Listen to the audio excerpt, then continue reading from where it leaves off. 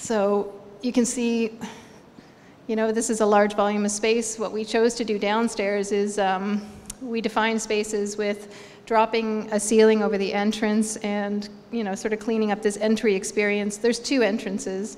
The primary entrance is off of the 4th floor, and we dropped the ceiling over the entry, and then we completely reconfigured the eating area. So now it's much bigger. It also addresses the dining room much better, and by extending that platform and straightening it out, we were able to create a much bigger dining space.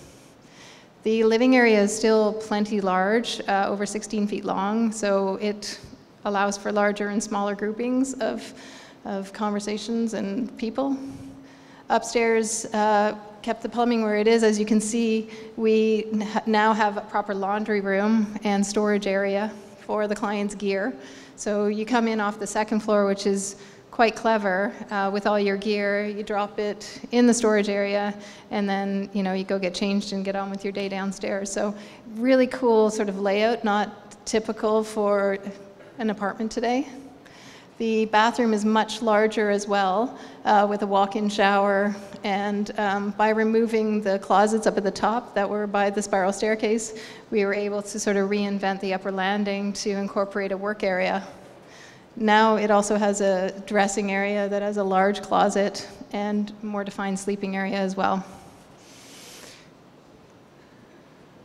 We do this, we do lots of our work with planning and elevations, but we also do a lot of 3D design at Project 22. We find that SketchUp's a great tool. We have really good feedback from clients. We feel like we can have lots of meaningful conversations with them when we're both talking about three-dimensional space. The finishes aren't perfect, no, but they definitely get an idea of the volume that we're working with and what we're trying to accomplish. So as you can see, this is how the new space lays out. We've reworked the fireplace. We've got a kitchen that now addresses the entranceway. It's got a little sitting eating area. We've got now dining table for 6 to 10 people. So this apartment now really functions for this owner. He's got lots of space for his storage, for his gear. He can entertain lots and lots of people. So that's the 3D. This is how the project was realized. So, we obviously retained all of the character that this beautiful space allowed us. We don't often get to work on spaces like this, so we were pretty thrilled. The spiral staircase just becomes a really nice sculpture within the space. We used gray engineered oak floors throughout to sort of complement but not compete with the brick walls and the wood ceilings. But we have clearly defined areas now. We've got, dropped pendants where the dining room is. We dropped a bulkhead all the way along the north side of the project to get more light in and highlight the brick. And then that carries around into the kitchen, you'll see, to create better lighting. So the new kitchen, again, we retained the brick as a backsplash in spaces. We took advantage of the 11-foot high ceilings that we have. So we have, your typical sort of upper level of cabinets, but then above that even, we've got space for, lots and lots of storage for the client. This is the feature lighting at the 4th floor entrance, and now he's got a little seating area as well as a much bigger dining space. Upstairs, I think, feels much more grand and wide open. There's an office space. He's got a gallery for his art, and his bike is really a work of art, so we decided to display that as functional storage. You can see along the side here, this is the now laundry room and storage.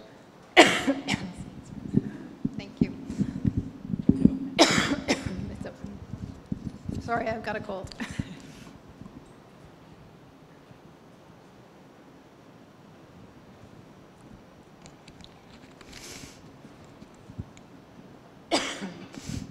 So as you can see, what was a wide open space now has multifunctions. We've got a new master bathroom, we've got a workspace, a dressing area, and a beautiful bedroom, which you'll see next. For financial reasons, we kept retained elements like this guardrail.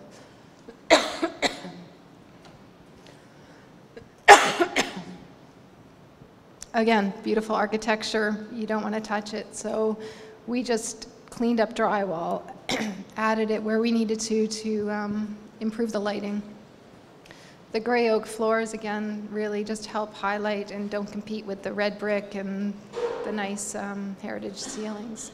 So this is the new bathroom with walk-in shower to the left. Toilet is where it was, but the location and the entrance of the bathroom, I think you would agree, sort of better addresses the space and is more adjacent to the new master bathroom, or master bedroom.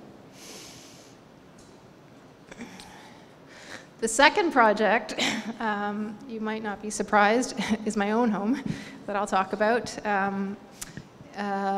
A designer's dream. I got to rebuild a brand new house on the lot that we had lived on for 4 years.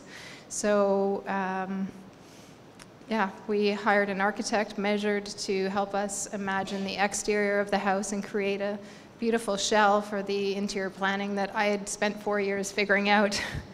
So lucky us, we could imagine the spaces. We lived with the plans a long time and really tried to take advantage of the lot as best we could. So I'm going to walk you through the main floor because with an unlimited design budget that this project had, I could go on, but I think the main floor really talks a lot about the planning of the house, and it's really the biggest space that I have. So at 1,020 square feet, the main floor of the house is really an open palette. Paul and I have 2 kids, so on a day-to-day basis, our family of 4 functions really nicely in here with a little eating area on the island. We have got a nice, generous kitchen with a pantry, drinks area, and then powder room. So we call this kind of the working zone of the house, so that's towards the west. The house is high up on a hill, so the main entrance of the house is actually on the basement level, which is unusual, but it's actually why I fell in love with the property. It kind of allowed more space to play with on the main floor, and it also, it's just a little unexpected. So I really enjoy that. Because it's a sloped lot, we enter equally the back entrance and the front. In fact, because we park at the back, we probably enter the back door more. So we built in lots and lots of storage at the back door.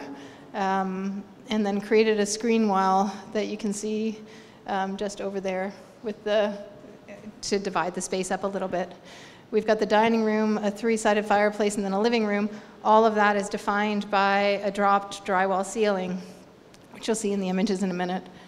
This is in plan. I just wanted to point out a few of the elements, how they sort of line up. So architecturally, the house was very carefully planned to be divided in exposed ceiling and drywall ceiling, and again, just a way to manipulate the space. So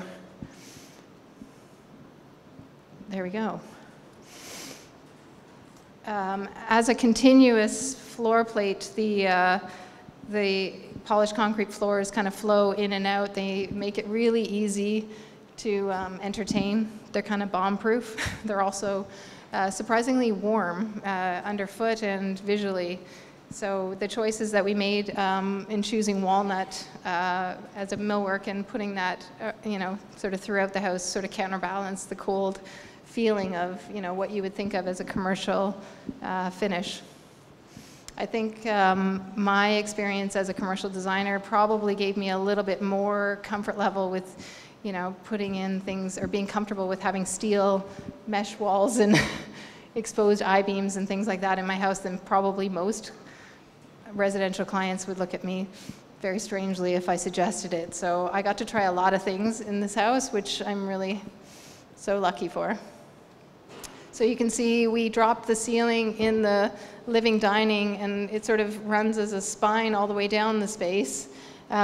There's functional reasons to do that for the plumbing, but also I think it allows light to reflect, and it really just sort of defines the space very nicely. the three-sided fireplace houses on this side a hidden TV for function. So we've got a media room downstairs and a sort of family space downstairs that the kids use more, but this gets enough play. We oriented the furniture because of the view, which is basically you. We oriented the furniture toward both, really, because equally you would be looking at the TV perhaps, as well as, you know, just enjoying the view day to day, because you're very much at the treetop level. Paul and I really have always been fascinated with mid-century modern design and industrial sort of finishes. So a lot of those elements you can sort of see at play in this house, just from the clerestory windows to the exposed wood ceilings and beams. But I think that the delineation of space between rest spaces versus workspaces are really nicely defined by the drywall. We also, it was kind of fun to have these exposed spaces as well, these ceilings, because then I could just attach lighting to them instead of recessing pot lights everywhere. So there was lots of different reasons to sort of choose to do that. Yeah. The metal mesh screen wall is more functional than glass, actually, when you're thinking about dividing space, because when standing in the kitchen about here, you can still see through it very clearly all the way to the view, which of course is our primary reason for sort of designing that big 16-foot glass wall. So, you know, just looking at different materials and how to separate space, but use different materials was also a great opportunity for us. This is the last slide, and the back of the house, again, functions for us as an entertaining space. So, you know, in the shoulder months, we very much use the space on a daily basis, open the eclipse doors and have indoor-outdoor living. It's a south-facing backyard, so the courtyard at the back gets a lot of heat, and my office, laneway studio, which I don't have on the plan, is directly behind that orange chair there beside Robert, so it also functions as a bit of an outdoor boardroom and lunchroom for us. So the house gets lots of use, and we're so grateful to have it. So I thank you very much for listening, and hopefully learn something.